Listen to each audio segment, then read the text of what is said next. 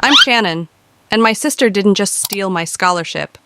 She tried to erase my entire story. My own parents helped her. They hid my acceptance letter, emptied my savings, lied to my face for years. I fought back quietly. But what happens when your silence becomes your weapon? Would your family ever choose someone else over you, again and again? What time are you listening to this, and where are you tuning in from? Drop it in the comments. I'd love to see how far this story travels. Have you ever been the one left out, and no one apologized? Let me know below. Shadows behind the internship. I had just finished my last exam of the term. The numbers on the screen glared at me, a final GPA that held, barely. I exhaled. Maybe I could finally breathe. Maybe I'd done enough. As I shut my laptop, Professor Ellis approached with a rare glint in his eyes. "You've been consistent, Shannan," he said. "There's an internship at Pendleton and Marsh I'd like to recommend you for. I think you're ready." My heart didn't leap, but it stirred. Something inside me whispered, this might be it. Not luck, not pity, just me, finally being seen. I nodded, holding back a smile. "Thank you, sir." 2 days later, an email popped up in my inbox, or, technically, in the shared department portal where students could view status updates. My name was listed under the accepted candidates. It should have been thrilling, validating. But when I clicked the contact link, the address ended with @kctcu.edu. Casey, my sister. I blinked, refreshed the page. Nothing changed. It was still my name, but not my inbox. Still my GPA, but not my email. The edges of my reality tilted. I opened the school dashboard. Her student ID was nowhere near that application. The next morning, Ellis passed by me in the quad. "Impressive turnaround on the acceptance, Shannan. I knew you'd jump on it fast." I froze. Sorry, what?" "The internship," he said, walking backward now. "You confirmed within 10 minutes. That's the kind of initiative that gets remembered." I didn't respond. My tongue felt too heavy, my spine too cold. I couldn't accuse her. Not in public, not without proof. I returned to my dorm and double-checked everything. Casey had somehow accessed my application and redirected the final reply to her credentials, and no one had noticed. I waited until dusk before calling home. Mom picked up on the second ring. "Shannan, hey, how's school?" "There's a problem with my internship," I said, each word brittle. "Casey, she used my login. I think she accepted the offer using my profile." There was a pause, a beat too long. Then Mom's voice, casual, almost rehearsed. "Oh, sweetie, she just wanted a shot too. You know how hard she's been trying." My breath caught. "You knew?" "She was nervous," Mom added too quickly. "I told her to use what she needed to get in the door, just to start somewhere. Start somewhere, with my name." "You always get things," Mom continued.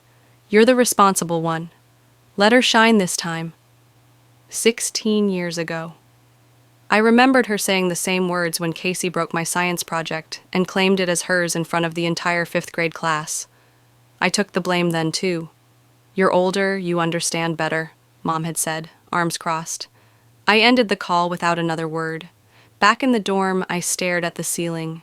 The fluorescent light hummed, matching the dull ache in my chest. I didn't cry.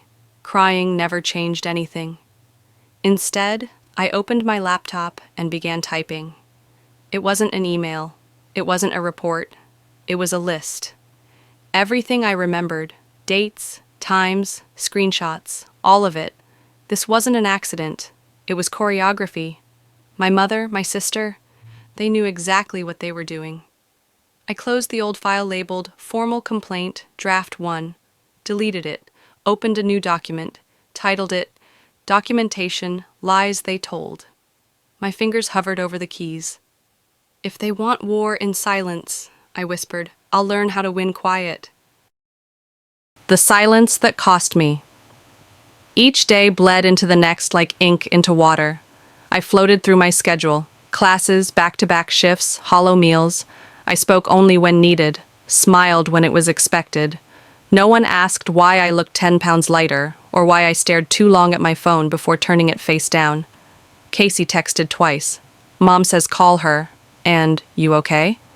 I deleted both without reading the previews fully. Whatever they wanted, I didn't owe them my attention. Late Thursday, after refilling a vending machine and washing espresso off my apron, I checked my finances. My stomach clenched. A red alert glared at me from my savings dashboard. $48. My tuition savings. Gone. I stared at the number, refreshed the page 3 times. Same result. Scrolling through the activity, I saw the withdrawals. Clean, official looking, authorized under my father's name. No warnings, no signatures from me. Just money, evaporated like it had never been mine to begin with. I called him, barely breathing. The phone rang once. "We needed it more than you right now," he said before I even spoke.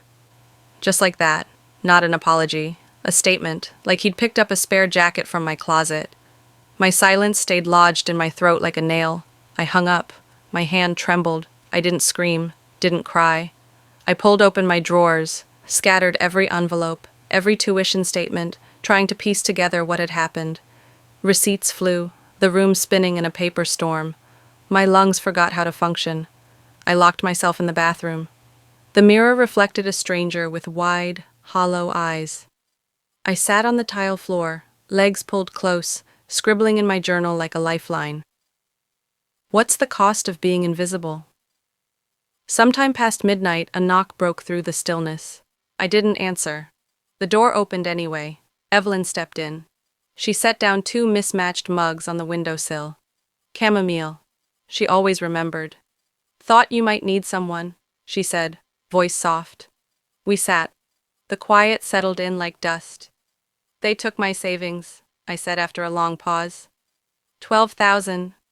Gone. She went pale, her cup frozen midair. "Shannan." I looked at her. "I heard something, last semester. Mom and Casey, they were talking in the kitchen." "What did they say?" "They said it was Casey's turn, that you'd figure it out. You always do." My fingers gripped the ceramic so hard it nearly shattered. "You didn't tell me," I said. Her voice broke. "I didn't know how. I wasn't part of it." "You were there," I said quietly. "That makes you part of it." She looked away, her eyes wet. But I didn't cry. I couldn't. Whatever part of me could be broken by them had already snapped. I nodded, not in forgiveness, but finality. When she left, I opened my laptop and stared at the blank page for a long time. Then I typed, "They steal not just chances, but breath." Below it, I added, "Next time, I won't whisper." Viral lies, public shame. My phone buzzed just as I walked out of a lecture. "You've seen the clip, right?" the message read. I frowned. No context, no follow-up. I tapped the link beneath it. I shouldn't have. There she was, Casey, smirking, surrounded by 2 girls from her sociology class. The camera shook slightly, clearly hidden, but her voice rang out sharp and smug. "My twin? Oh, she's just mad she's not the favorite anymore," Casey laughed. "She's always been intense. Like, if she doesn't win everything, she thinks she's dying." My name, my face, trending. I saw edits of her words over clips of me walking to class, photos of me alone in the library captioned, "She's plotting her next breakdown." Hashtags like I twin drama and pieing silent tyrant scrolled endlessly. At first, I froze. Then I watched it again. And again, my jaw locked, my throat clenched. The truth was bent until it looked like a tantrum. At work, no one met my eyes. Conversation stopped when I walked in. Even the library supervisor stammered when giving me a task. One professor emailed saying, "We're here for you if you need to talk." I hadn't asked. The dean's assistant messaged, "Checking in re-mental wellness, students raised concerns." What concerns? That I wasn't smiling? I avoided the dining hall altogether, choosing to eat granola bars in a supply closet between shifts. The tiny room smelled like bleach and old mop water, but it was quiet. No one looked at me there. My inbox swelled with messages, some mean, some worse in their fake sympathy. Hang in there. You okay, girl? Maybe don't take everything so serious. One anonymous account said, "You brought it on yourself."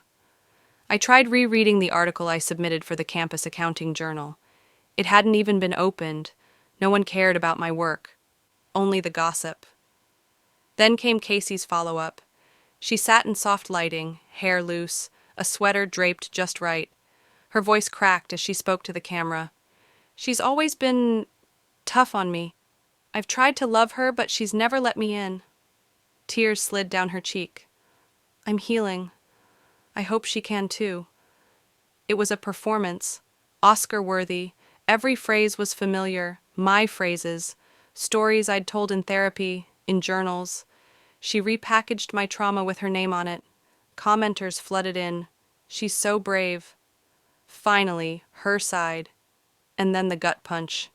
It's always the silent ones who are toxic. 16 years ago, Casey spilled juice on my dress minutes before my 8th grade speech contest. Mom looked at the stain and said, "Let your sister have the spotlight today." I didn't fight it. I wrote a poem instead. I'd spent years rewriting silence into strength. But this silence? This was different.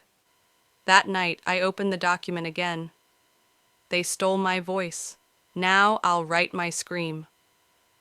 I began collecting links, screenshots, comments, everything. This time I wasn't erasing myself. The buried letter. The front door creaked open slower than I remembered. The hinges still whined, but the house didn't smell like home anymore, just lemon cleaner and reheated expectation. My mother hugged me lightly, careful not to smudge her lipstick. Casey waved from the kitchen, too brightly. "Glad you came," Mom said, like I was an old neighbor, not her daughter. Casey's voice followed with a chirp. "You look rested." I nodded, polite, remote. I wasn't here to reconnect. I told them it was just a weekend visit. Needed to check in before summer term. It was a lie. I was checking on something else. On them. My room, once lavender and full of books, had been transformed. A futon sat in place of my bed.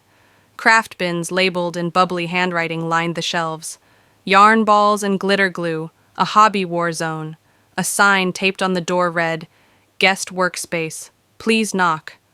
I didn't. Later that evening, I found myself alone in that room. Fingers drifted to the desk drawer out of instinct. A habit I'd shed, but my body hadn't forgotten. The top drawers were empty, but the bottom one caught. It stuck halfway.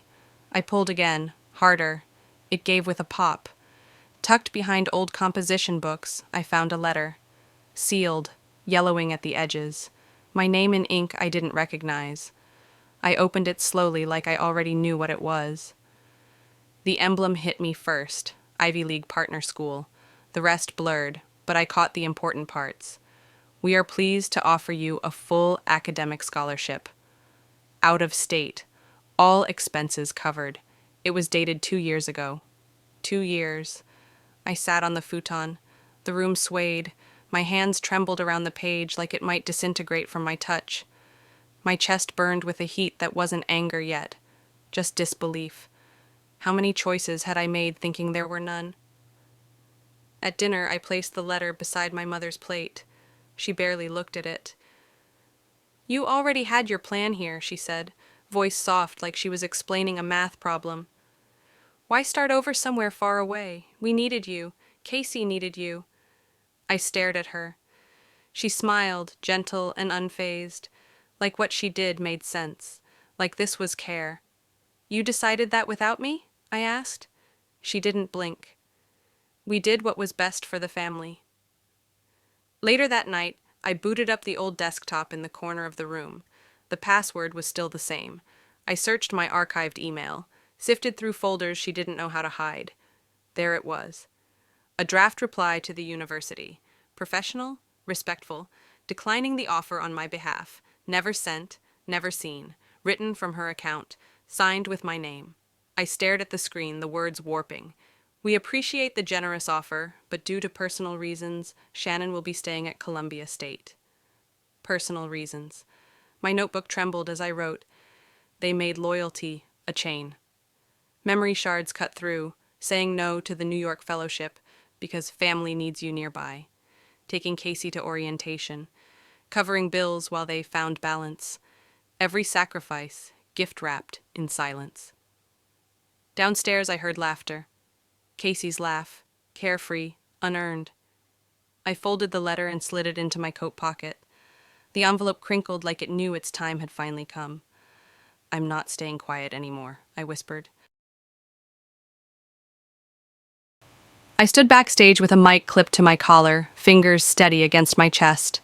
The forum had drawn dozens of attendees, students, alumni, local business leaders.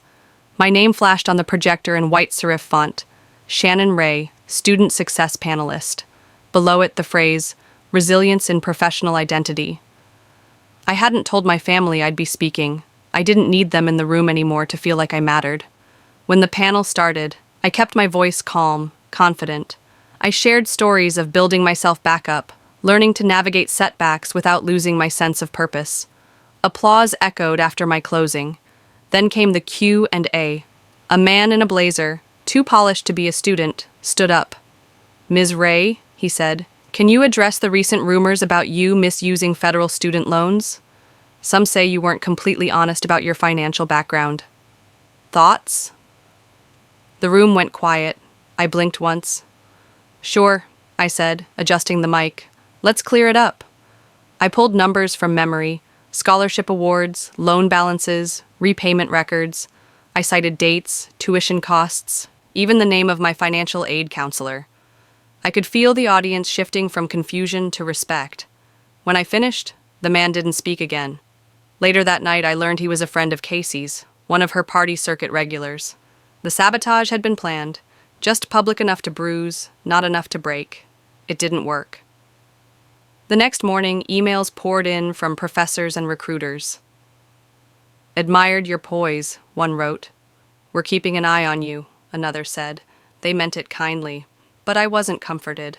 I was done surviving other people's stories. That weekend, I attended family dinner. Not out of obligation, strategy. Roast chicken, warm rolls, laughter that sounded rehearsed. After dessert, I cleared my throat. "Can we talk?"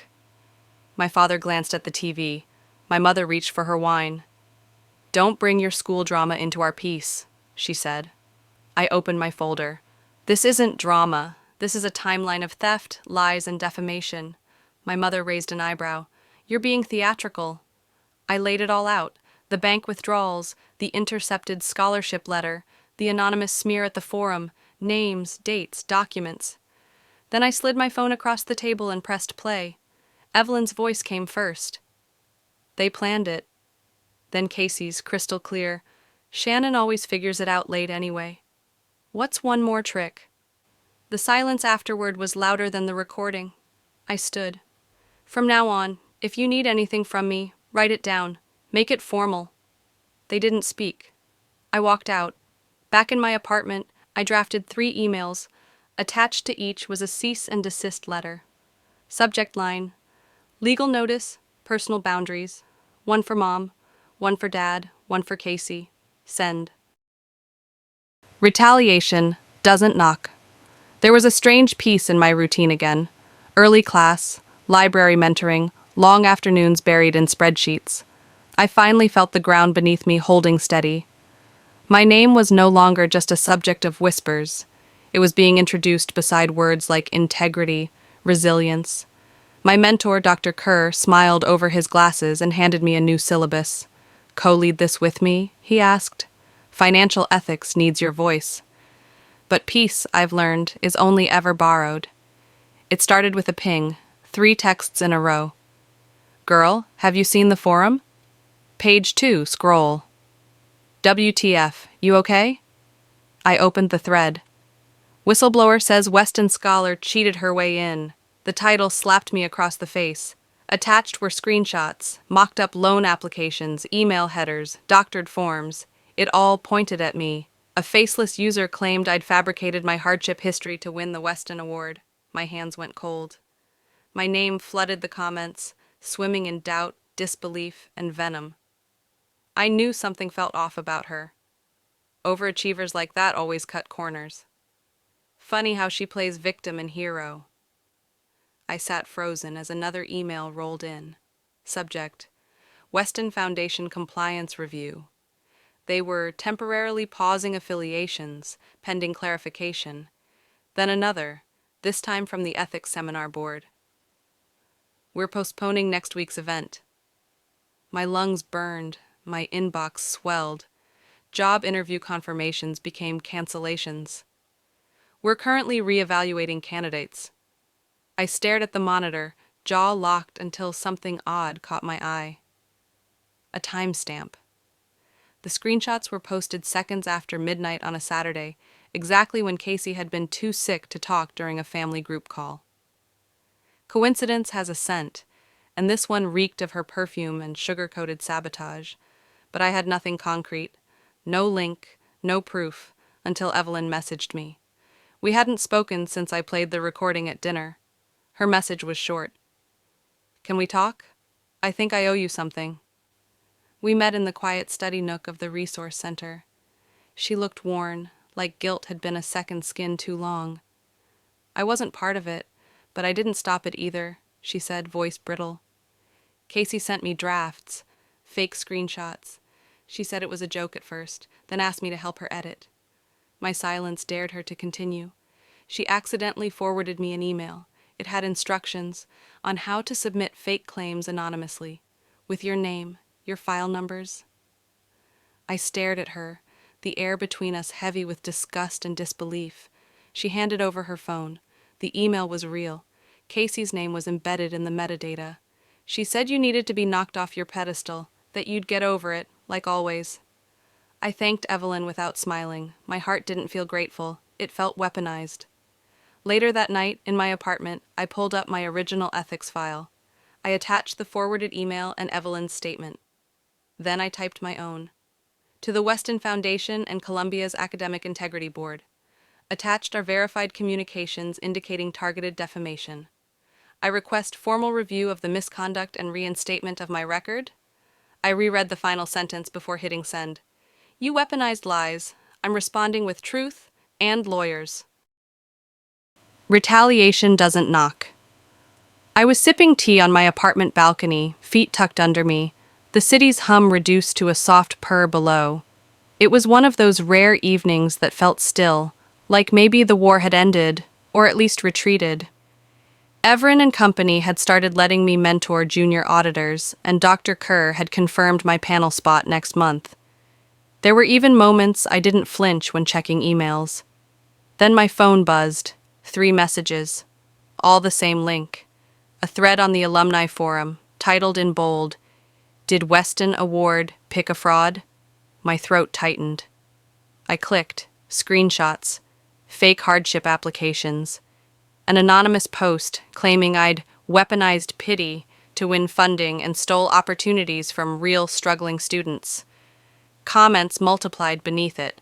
One read, "Always knew something was off about her climb." Another, "Pretty doesn't mean ethical." I scrolled, heart a drumline in my ears. The Weston Foundation's name appeared in a subthread, someone claiming they'd been contacted for verification. I barely had time to blink before a message arrived from the foundation itself.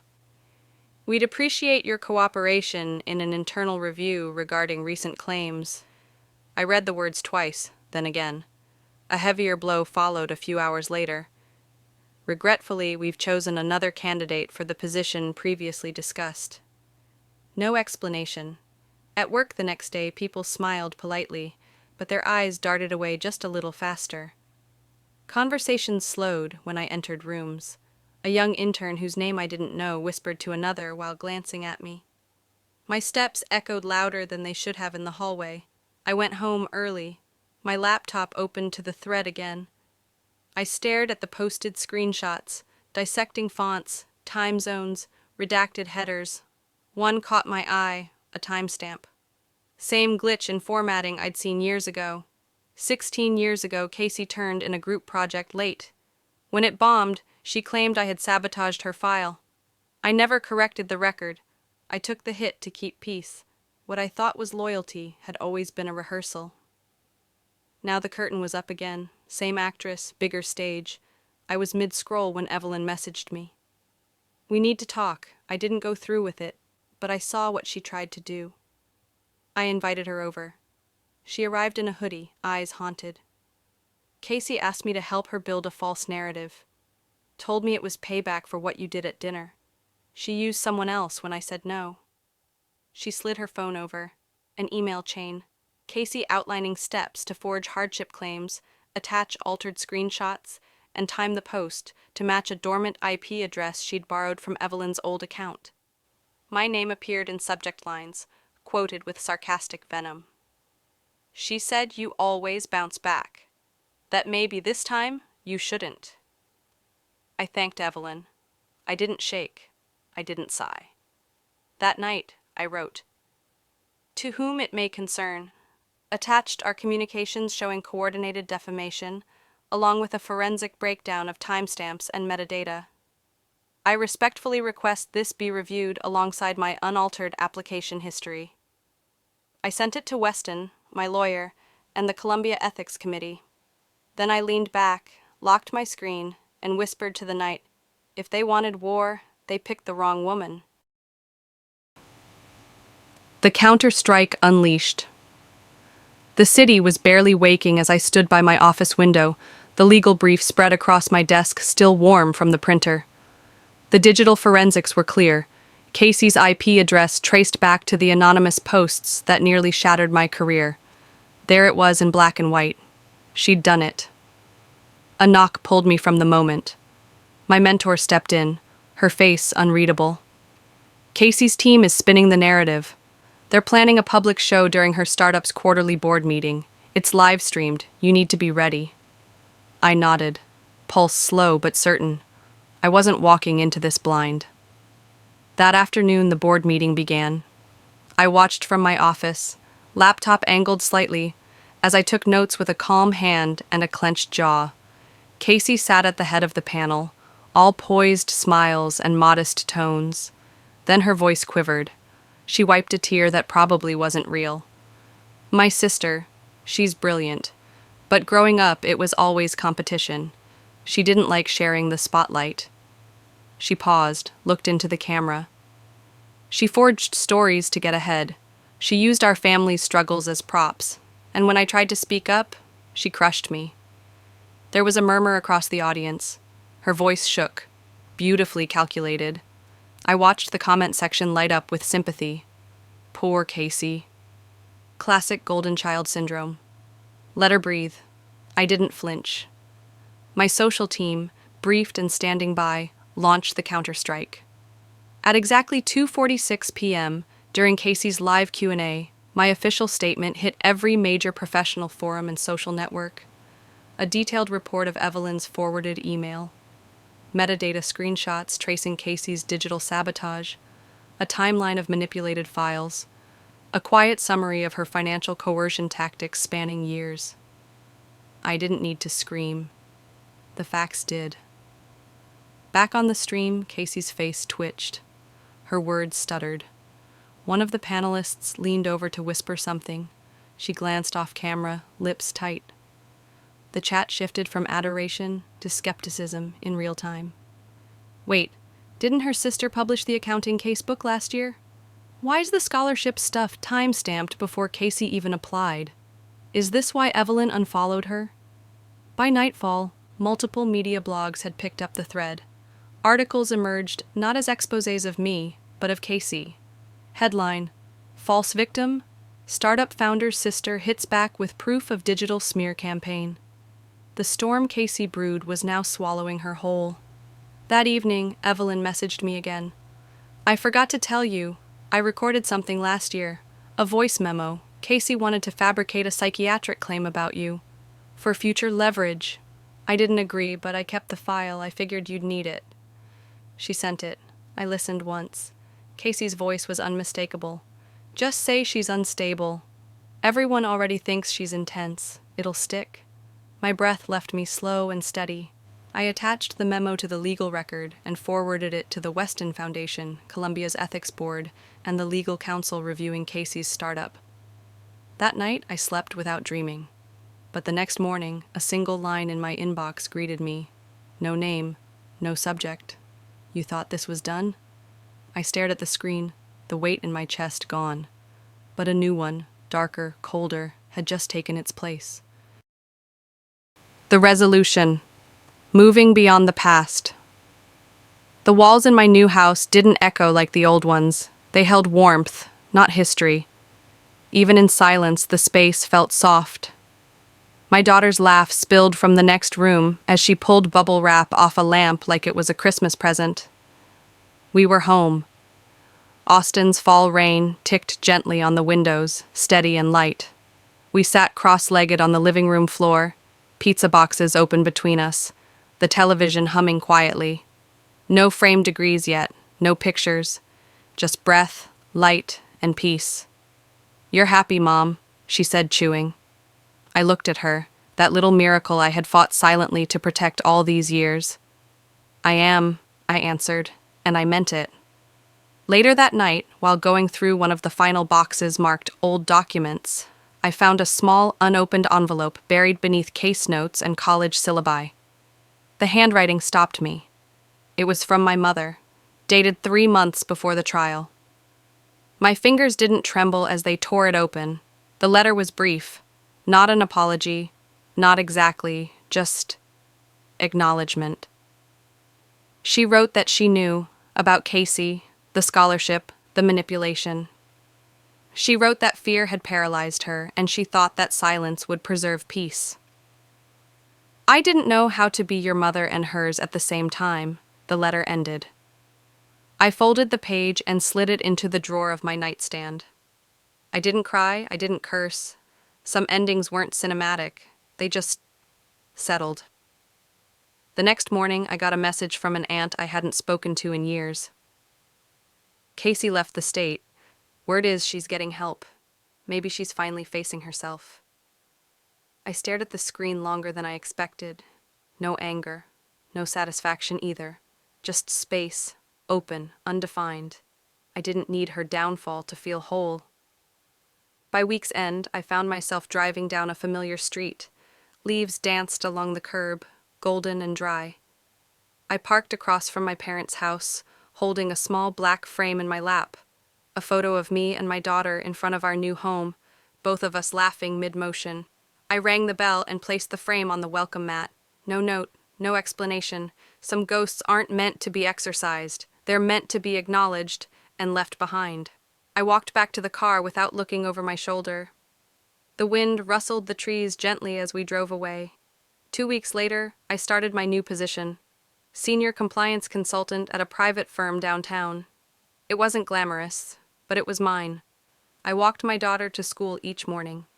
I cooked on Sundays. I laughed. I breathed. Some days, healing came as laughter over burnt toast. Other days, it came as silence that no longer felt like smoke in my throat. Healing doesn't roar. It whispers, "You're still here." And somehow, that's enough. Sometimes, survival looks like silence. Sometimes, healing means walking away, not in defeat, but in quiet victory. For years, I thought strength meant holding it all in, being the dependable one, the one who didn't make noise. But now I know, boundaries are not betrayal. Speaking up is not cruelty.